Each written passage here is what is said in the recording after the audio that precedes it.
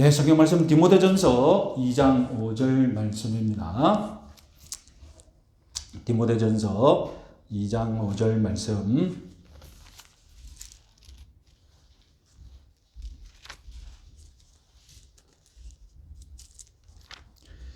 같이 읽겠습니다. 하나님은 한 분이시요 또 하나님과 사람 사이에 중보자도 한 분이시니 곧 사람이신 그리스도 예수라. 아멘. 예, 오늘은 교리강의 23번째로 기독론 두 번째 시간 구속의 중보자에 대해서 말씀드리겠습니다. 자, 지난주에 우리 예수님의 호칭에 담긴 예수님의 정체성을 알아보았습니다. 자, 오늘은 우리들의 중보자이신 예수님의 성품과 속성 이런 것을 좀 약간 복잡한 것을 주목해 보겠는데요. 그것을 잘 요약한 우리 교리문답, 소교리문답 21문 문답을 같이 한번 읽어보겠습니다.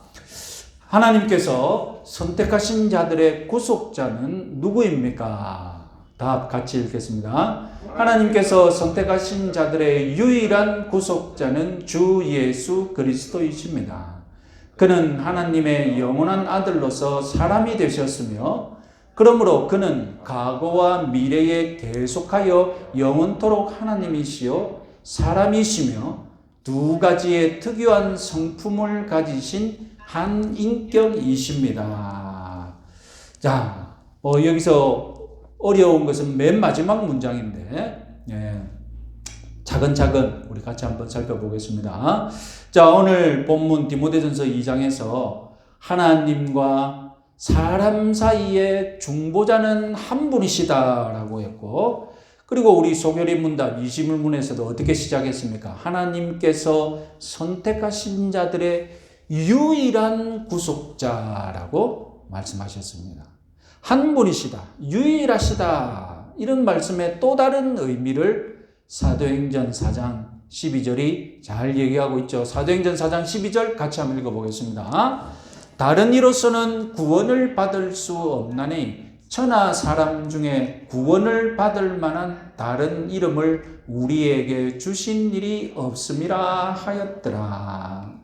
인류를, 이 타락하고 구원받아야 할 인류를 하나님과 화해시킬 구원자, 인류를 구원할 자는 유일하게 한 분, 그리스도 뿐이시다는 것입니다. 이것을 부인하고 그리스도 뿐만이 아니라 다른 길로도, 다른 사람으로나 다른 종교나 다른 방법으로도 가능하다.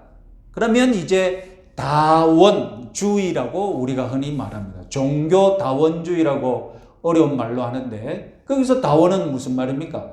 다원은 하나만 있는 것이 아니라, 예수 그리스도 하나만 있는 것이 아니라 예수 그리스도를 이르는, 하나님에 이르는 길이 더 다양하고 다원적이다, 그런 뜻이 되겠죠.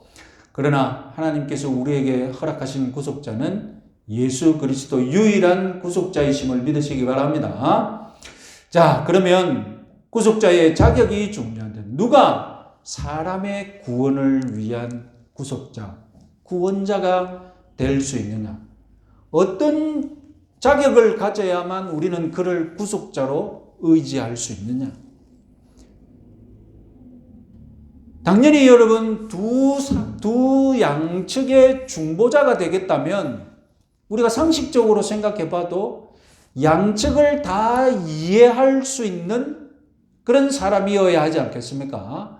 한쪽만 이해하고 다른 쪽은 전혀 이해하지 못하는 사람이 양쪽을 중보하겠다는 말은 뭔가 다른 사람이 볼 때에 우리는 모르면서 왜 저 사람은 우리를 중보한다고 하지? 우리를 이 두 사람 사이에 다리를 놓는다고 하지? 그런 불신이 들잖아요.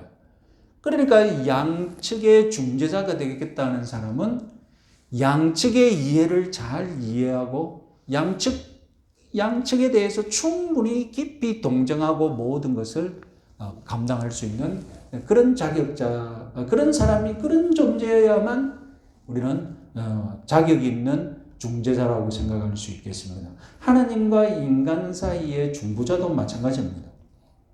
하나님 편을 잘 이해하고 하나님 편을 잘 이해하고 있으면서도 또한 우리 타락한 죄인의 상태도 잘 이해하고 인간의 피로도 이해할 수 있고 하나님의 진노도 이해할 수 있고 하나님과 인간 사이가 어떻게 해야 이 화목이 될지 그 자격으로 다 이해할 수 있는 사람이 되어야 한다는 것입니다.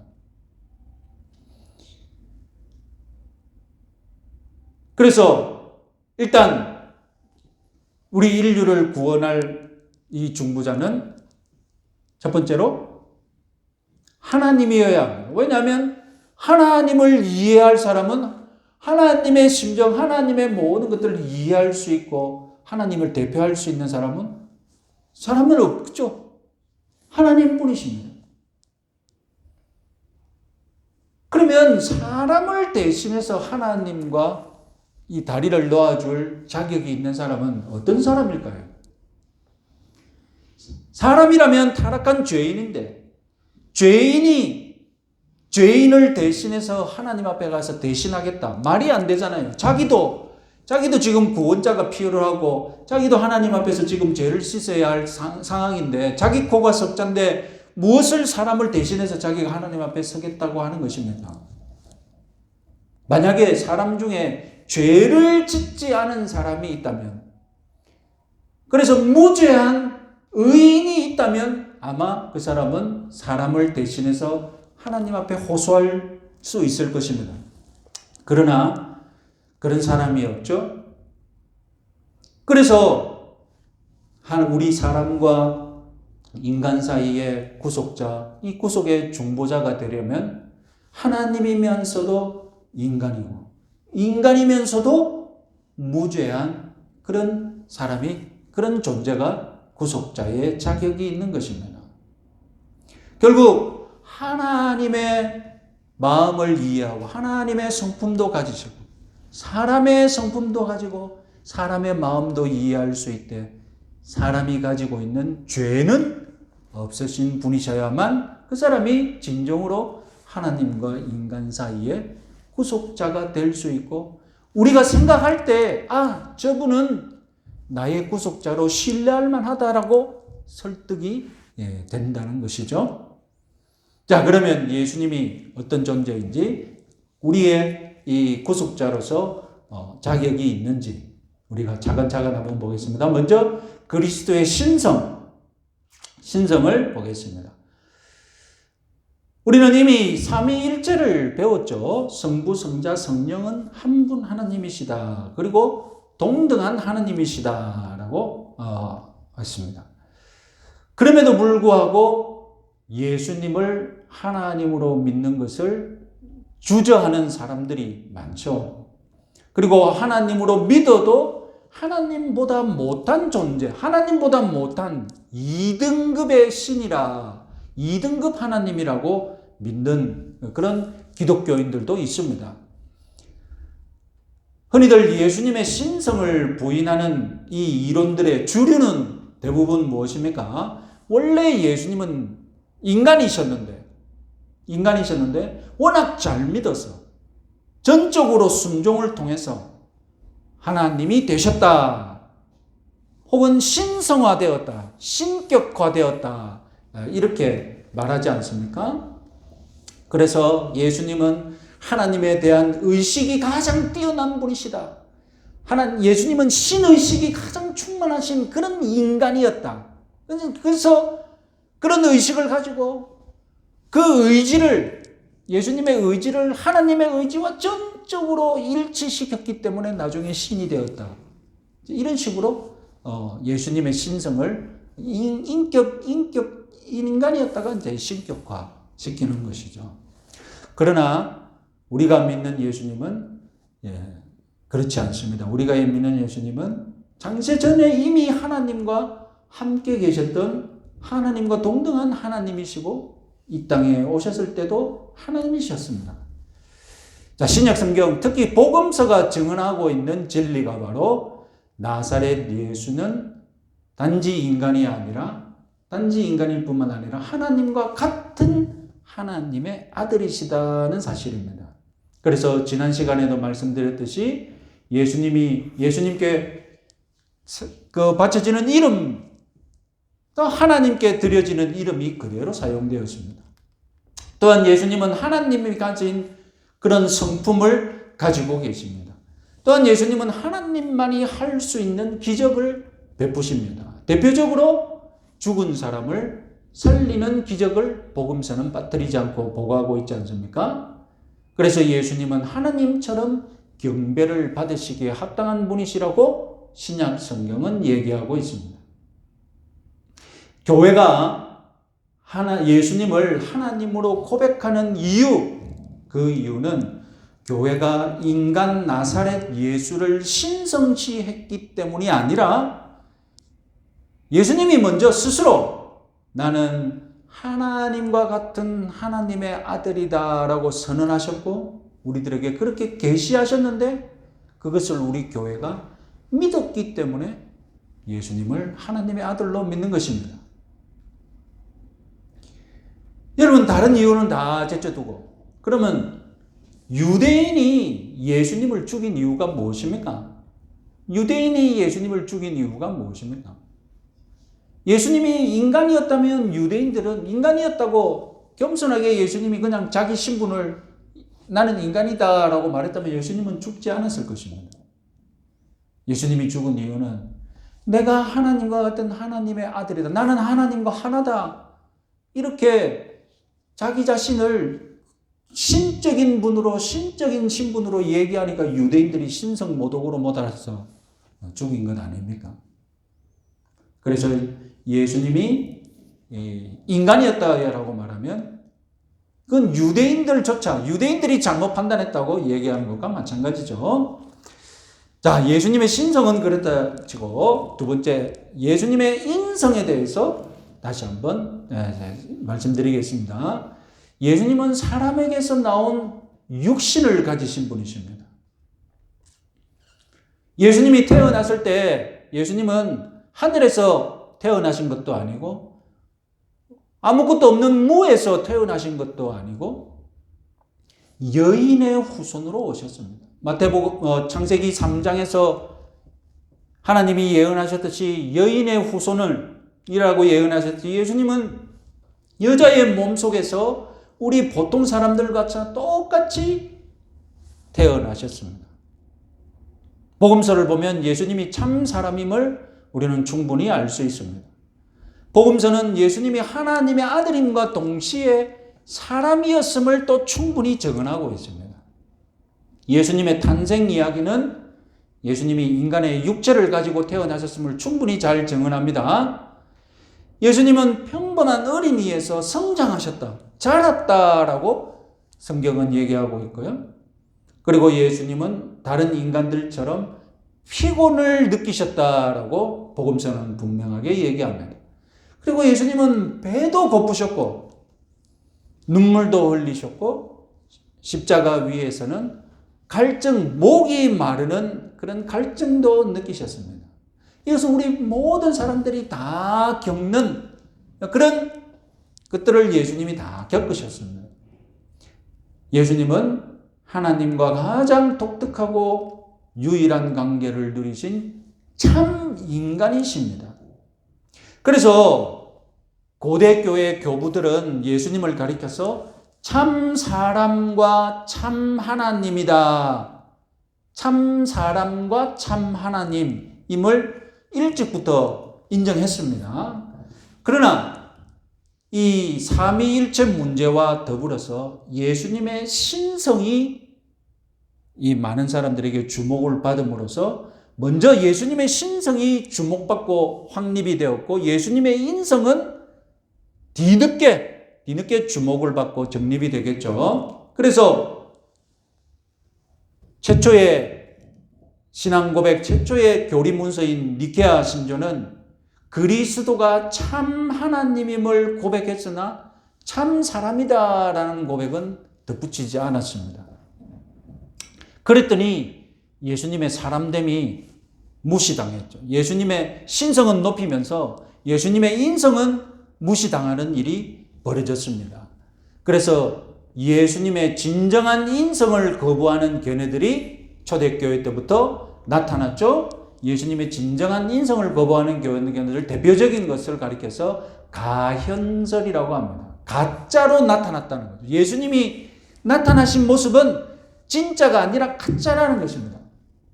그래서 예수님이 나타나신 것은 육체가 아니라 환영이다, 영이다. 예수님이 고난받았는 그 장면에도 예수님은 진짜 몸으로 고난받은 것이 아니라 단지 환영이 나타나서 고난받은 것처럼 보인다. 어떤 사람은 예수님은 우리와 똑같은 몸이 아니라 하여튼 비물질적인 몸을 가지고 있었다. 뭐 이런 식으로 잘 이해할 수 없는 이야기, 예수님의 인성에 대해서 그렇게 얘기했습니다. 하여튼 이 모든 것을 가리켜서 가현설이라고 합니다. 단성론은 무엇이냐면 그냥 예수님의 성격, 그 성품은 하나뿐이다. 인성이 없고 신성뿐이다는 것이죠. 오늘날 우리가 믿는 예수님은 우리와 똑같은 인간이나 죄는 없는 하나님이심을 여러분들은 믿으시기 바랍니다. 자, 문제는 이제 조금 복잡한 문제를 다뤄야 되는데 예수님 안에서 신성과 인성이 동시에 연합되어 있다고 하니까 그러면 이 신성과 인성이 예수님 안에서 어떻게 연합되었는지 거기에 대해서 또 궁금하고 이론을 발전시킨 사람들이 있어요. 우리 개혁주의 신앙은 그리고 전통적인 신앙 고백은 이 예수님 안에서 신성과 인성의 연합이 어떻게 이루어졌는지 정확하게는 설명 못하되 이것은 아니다 식으로 정리를 했습니다. 사람이 여러분 신학을 논할 때 하나님에 대해서 100% 알 수가 없거든요. 알 수가 없는데 그래서 신학은 이것이다라고 정리하기보다는 어떻게 정리하는 게 편하냐면 이것은 아니다라고 정리하기가 쉬운 거예요. 무슨 말씀인지 알겠습니까? 이것이다 이렇게 하려면 정확한 정보가 있어야 되잖아요. 그죠? 정확한 정보가 있어야 되는데 우리가 하나님에 대해서 똑부러지게 모든 정보를 다 알고 있느냐? 그렇지 않다는 것입니다. 그래서 하나님은 이것이다라고 고백하면 좋은데 그러지 못한데 그런데 하나님에 대해서 최소한 우리가 이것만은 아니다라고 요약할 수 있는 거예요. 그래서 신학적인 명제는 주로 이것은 아니다. 그래서 부정하는 이것은 아니다. 이런 식으로 얘기하는데 하여튼 예수님의 신성과 인성이 예수님 안에서 어떻게 연합이 되었느냐 여기서도 무엇은 아니다 식으로도 얘기합니다. 지금 무엇은 아니냐? 변함이나 혼합이나 혼동됨이 없다라고 요약을 했습니다. 변함은 무엇이냐 그러면 신성과 인성 둘 중 하나가 영향을 받아서 변해버린다는 것입니다. 처음에는 신성과 인성이 있었는데 점차 하나의 영향을 많이 받으면 많이 받을수록 나중에 변해버렸다는 겁니다. 하나 또 그 동화되어 버린 거죠. 주로 무엇이 무엇을 변화시키겠습니까? 예? 주로 신성이 인성에 영향을 줘서 변화시킨다. 이렇게 사람들이 생각하게 되었죠. 혼합은 무엇이냐? 혼합은 예수님이 성육신으로 인해 태어날 때 신성과 인성이 혼합이 되어서 적당한 비율로 혼합이 되어버리는 바람에 예수님의 정체성은 100% 신도 아니고 100% 인간도 아닌 그래서 신과 인간 뭔가 반이 섞였던 그런 존재가 되었다. 그래서 여호와의 증인 같은 경우 이렇게 믿죠. 예수님은 하나님과 똑같은 분이 아니다. 왜? 예수님은 태어날 때 신성과 인성이 하나가 섞여서 어중간한 존재, 하나님과 인간 사이에 어중간한 존재, 그 존재가 되었기 때문에 하나님과 똑같은 분이 아니시다. 이렇게 여호와의 정의는 그렇게 말하죠. 자, 여러분, 저희들이 하나님의 성품을 우리가 배울 때 제가 그런 말씀 드린 적이 있습니다. 기억을 더듬어 보면 하나님의 성품이 100% 있다고 하면, 하나님의 성품이 100% 있다고 하면 10%는 영원한 성품이고 또 10%는 편재한 성품이고 또 10%는 전지전능한 성품이고, 그런 식으로 하나님의 성품이 구성되어 있는 것이 아닙니다. 하나님의 성품은 100% 전지전능하시고 그 100% 전지전능하신 분이 동시에 영원하시고, 아시겠습니까? 100% 전지전능하신 분이 영원하시고 편재하시고 모든 것을 한 성품 안에 다 가지고 계신 분이십니다. 자, 그러면 하나님의 성품이, 신성이 인간의 영향을 주어서 혹은 인간과 섞였다라고 치면 무슨 일이 벌어지느냐? 자, 아까 말씀드렸듯이 하나님의 성품 중에 영원성이 10%만 있어서 그것만 또 뺄 수 있는 것이 아니지 않습니까? 하나님의 성품은 전지전능한 성품이며 동시에 영원한 성품이며 모든 것이 다 하나인 성품인데, 예수님께 만약에 인간이었다가 그 인성이 하나님의 성품으로 인해 변화되거나 혼합되었다면, 자, 하나님의 성품 중에 영원성이 있습니다. 영원성은 시작도 없고 끝도 없고 그냥 무한대 같은 그런 거지 않습니까? 그런데 무한성만 예수님한테 안 들어가고 신성이 따로 있을 수 있습니까? 신성이 인성 안에 들어갔다는 것은 무엇도 들어갔다는 겁니까? 영원성도 들어갔다는 것이거든요. 그러면 어떻게 됩니까? 예수님은 태어나신 분이시잖아요.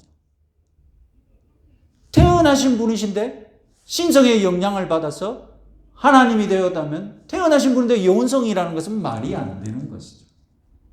예수님이 이미 태어나심으로써 인성과 이 영원성이 그렇게 되었다는 것은 말이 안 된다는 것입니다. 신성이 인성에게 전달되었다면, 사실상 인성이 없는 분이시잖아요. 신성이 인성을 변화시켰다면 사실상 인성이 없는 분이시죠. 인성이 없는 분이 어떻게 죽습니까? 그렇잖아요. 말이 안 된다는 것입니다. 자, 그러면 예수님은 우리가 어떻게 이야기해야 됩니까? 다음 보시면 예수님은 신성과 인성 두 개의 인격을 가지신 분이다라고 이렇게 또 오해하기 쉬운데, 그것이 아니라 예수님은 하나의 인격을 가지신 분이시다라고 또 믿습니다.